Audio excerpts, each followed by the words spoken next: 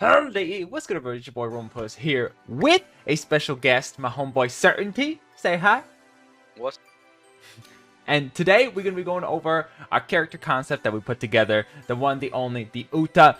We got Film Red coming out, so it's very likely we're going to get some EXs coming out with that since we've gotten all these movie characters and we're on that general topic. So we're looking towards the Shanks and an UTA, potentially. Neither one of us have seen the movie, so this is our best attempt and guess at what she will do, as well as some attempts in kind of how we think she's going to be portrayed, and we'll see kind of, this is kind of, we took a specific like supportive process on that and thought process, and so that's what we think kind of how she's going to be.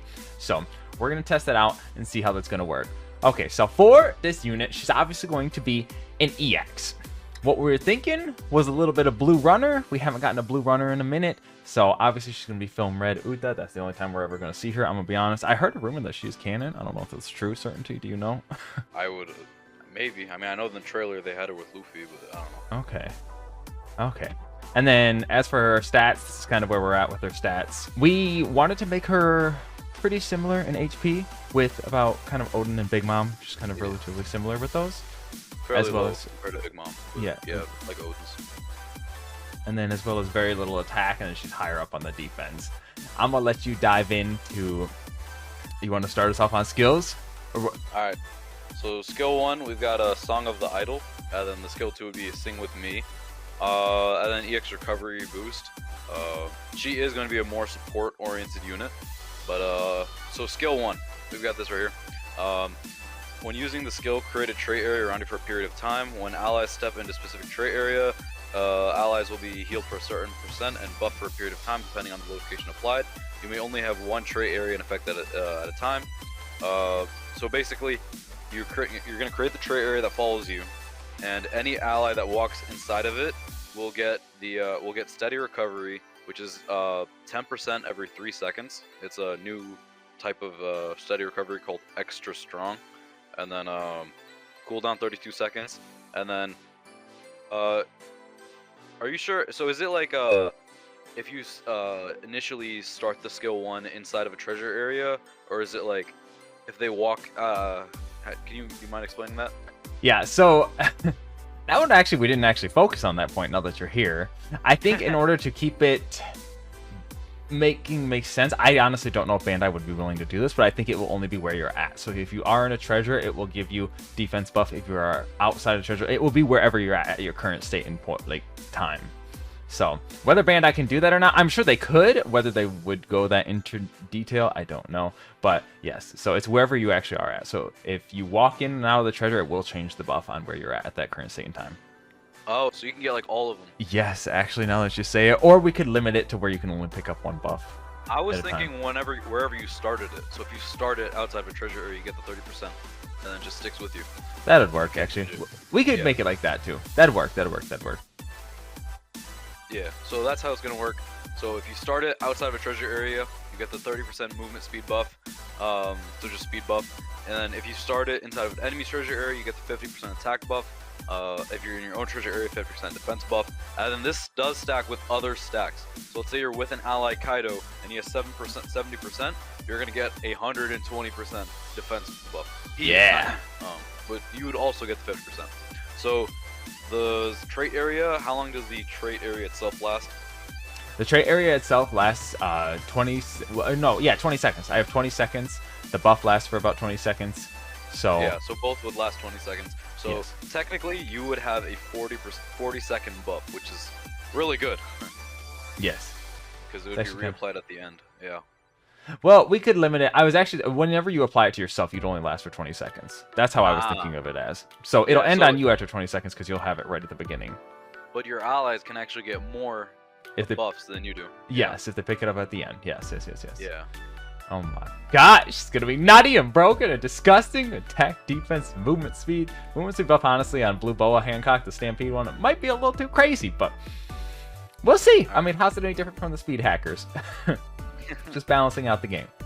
As for our skill 2, call this one Sing With Me. When using your skill, create a specific trait area again, so it is a second trait area. Now, one thing I do want to mention is you can only have one trait area at a time. So if you use this before your skill 2 is, like, your skill 1 is not done, it will eliminate the skill 1 buff, so you will only be able to do one thing at a time. Does it cancel it out, or are you unable to use the skill? It'll cancel it out. They just cancel it out, and then, like, for the time period. So if you use it before the 20 seconds is over, like, just kind of your time to buff people goes away. Yes. That's all. But if people who are already buffed, they will remain and keep their buffs that they already picked up before you swapped it. So that will be a thing. As for this, your skill 2 will remove all status effects on Uta and her allies who step within the trait. So bye-bye Akainu. And this ability will also create 3 little musical notes that kind of rotate around you, similar to the Defender Perona, how she has the little ghosts hover around her. Might be a little closer to that, so you can actually kind of fight with them. Watch out for Royalies, as they may perfect dodge against you, so that is potential danger. But it's also kind of will help you, and these apply debuffs to enemies that kind of get hit by this or step within the trait area. Now, when they do step within the trait area, they get a little lesser of a debuff. They get 30% attack and defense debuff that lasts as long as they're in there. And the whole cooldown of the skill is 32 seconds. And then if they get hit by one of the musical notes, that were those little 3 that rotate around them, they will take a little bit of damage. I actually need to specify the damage. It'll only be something small, like about 132 is probably what I'm thinking.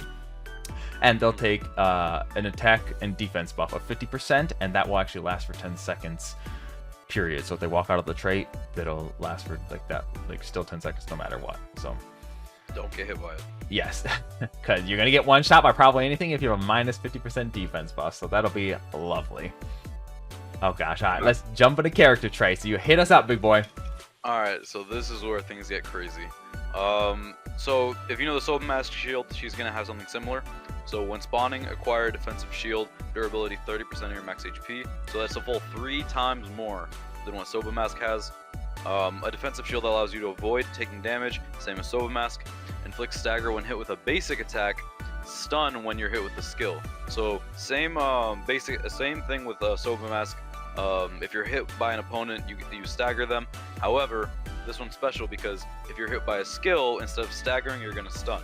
If they nullify stun, you're just gonna nullify the attack, and they're not gonna take any stun or stagger. So when capturing, this is where things get crazy. Recover durability of shield by an extra 40%. So if you start capturing and you don't have any shield, you're going to have 40%. If you have your full shield, you're going to have 70%. When that shield is broken, create a musical pulse that knocks back enemies. So if the shield gets broken while you're capturing, it's going to send out a pulse that knocks back everyone inside the treasure. So they're going to get pushed outside the treasure. Now, this is going to reset every time you capture a flag. So that's why we had to add this next trait. When capturing a flag and there are no opponents inside the flag, Uta will not be able to dodge. So we had to add this because if her shield gets broken and then she hops off the flag after no one's inside of it and then jumps right back onto it, she's going to get her shield back, which is just going to be too much. So we had to give her this small nerf. Also, if she finishes capturing the flag and she still has some of her shield back, it caps out at 30%, so she can't stay with 70% the entire time. So it's just when for the duration of capturing the flag. Gotta keep her balanced. We're keeping it balanced around here.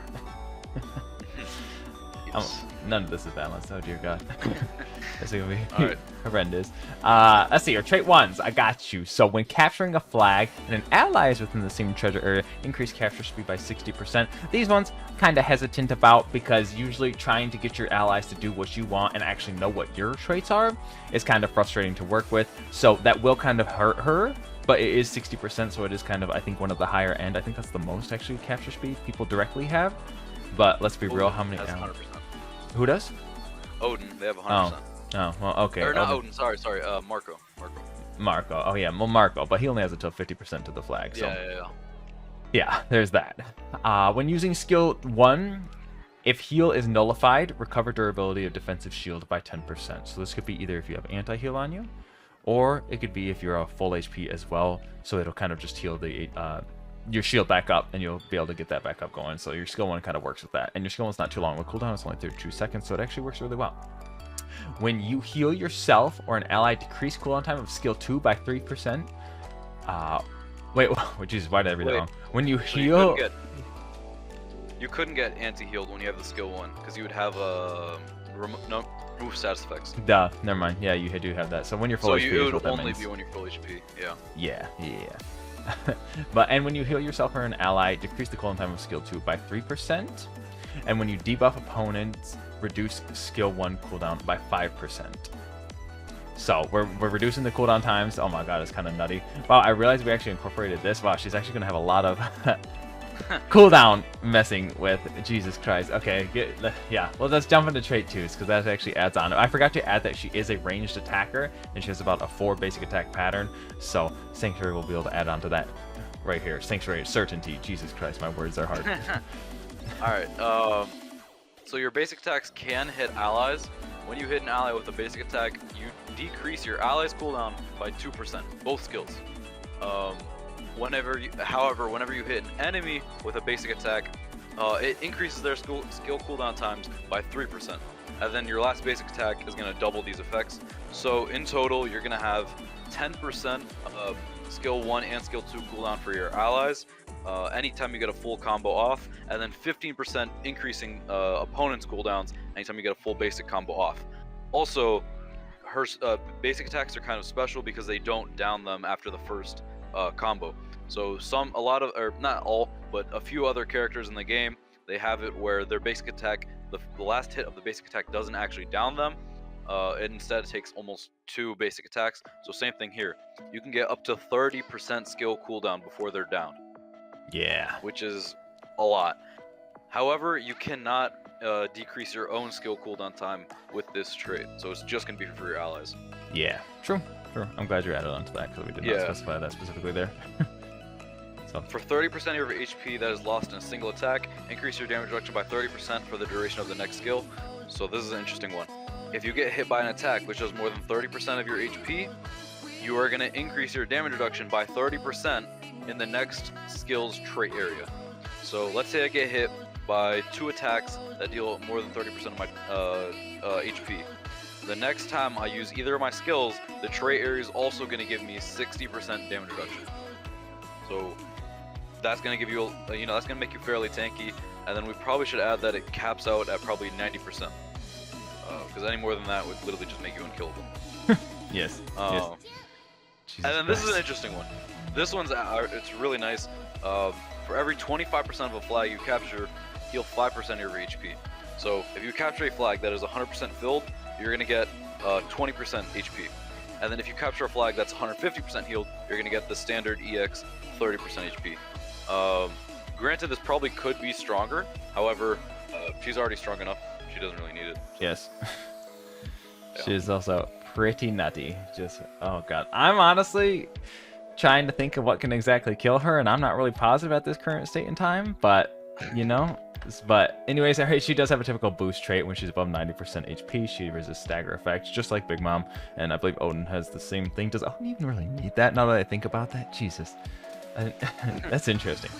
But yeah, so that is our one and only UTA. Please, I hope Bandai don't F it up. It's going to be, I'm very excited. There's no way she's not coming. I swear to God, if she doesn't actually come, I'm going to be kind of very disappointed. And yeah, unless they just do like a Film Red rerun later on and make her later in like a year from now. But hopefully that's not the case.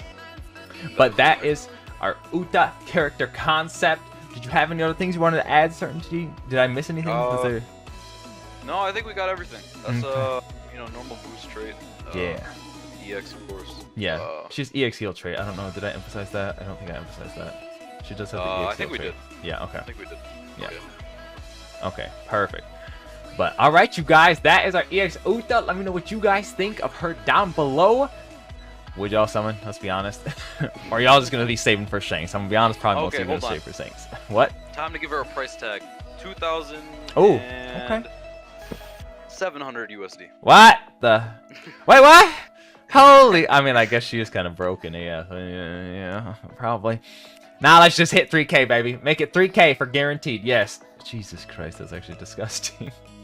Oh my god. But alright, hopefully y'all enjoyed our character concept video. Big shout out to Certainty for joining up and doing this with me. So thank you so much, my dude. I appreciate you. Yup. And then I guess I'll be taking off. So hopefully y'all have a fantastic night, morning, evening, whatever time it is for you. I'm a Room Post. I'm gonna be taking off. Yeah, early. Peace, beautiful people.